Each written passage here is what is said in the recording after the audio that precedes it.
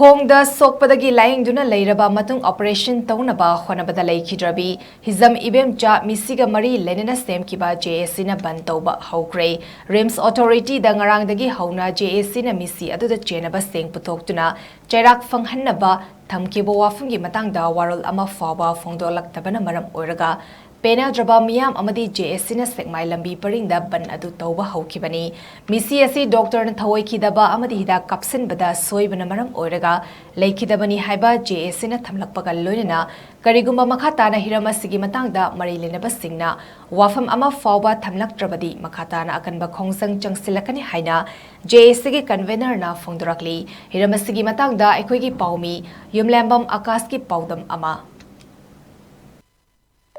Hojik aina legitimate information National Highway number 2 Chiangmai Bazaar haiba mafam adudani mafam asida nahan RIMS ki tarik 18 da thokiba thodok akoigi Hijam Ibemcha Devi gi Meeshi gi matangda Jac na ngasigi nungdin pung 3 dagi kaukiba National Highway 2 gi ban aduda tawriba midmang sto uriba sini positive oiba response amad laktaba na maram moraga ngasigi koigi irang asi makhatana sangsanjagibani ado karigumba makhatana RIMS ki side tagi positive oibagi response laktaba taragadi makhatana koigi National Highway thingbagi makhatana dum chathagigani haibagi Jac gi warol maketigi thambi hiram masigi matangda paudam jariba akash yumlemam newtv Chiangmai hoji akoina ban tawrisi pung ahum gi dage akoi ban je hobani akoi budi ngasai baro ngarang budi baro haigibni ado oragasu miyam ge awabasi yenga akoina pung ahum sidagi akoi ban je hawe ado hoji phawa akoi ge mokoi ga negotiation tawsi haibagi wari ama ba hairekte yanabagi phibam leitragadi akoi bandi makhatana sum kanjalakani haibu wafam miyam da thamjari akoi khujeng tekpagi khujeng nabagi anabagi pukhatpabu ngasai ge adumai tawaga pukhatpajibu sire hajengal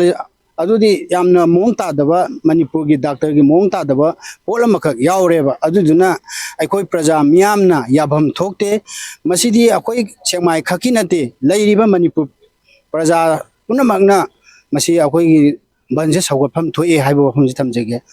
adu moidegi ngasi babuda response amau laktri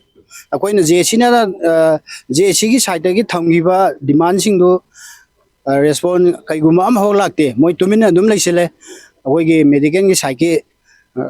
side adum moina tumina leisalamnina akoiju National Highway thingmani khangde kaini khangde adum tawni mokta leiriba dead body se akoi yanaba he proctringa akoi sulo loroi khong tekpagi nabagi bukhatpabu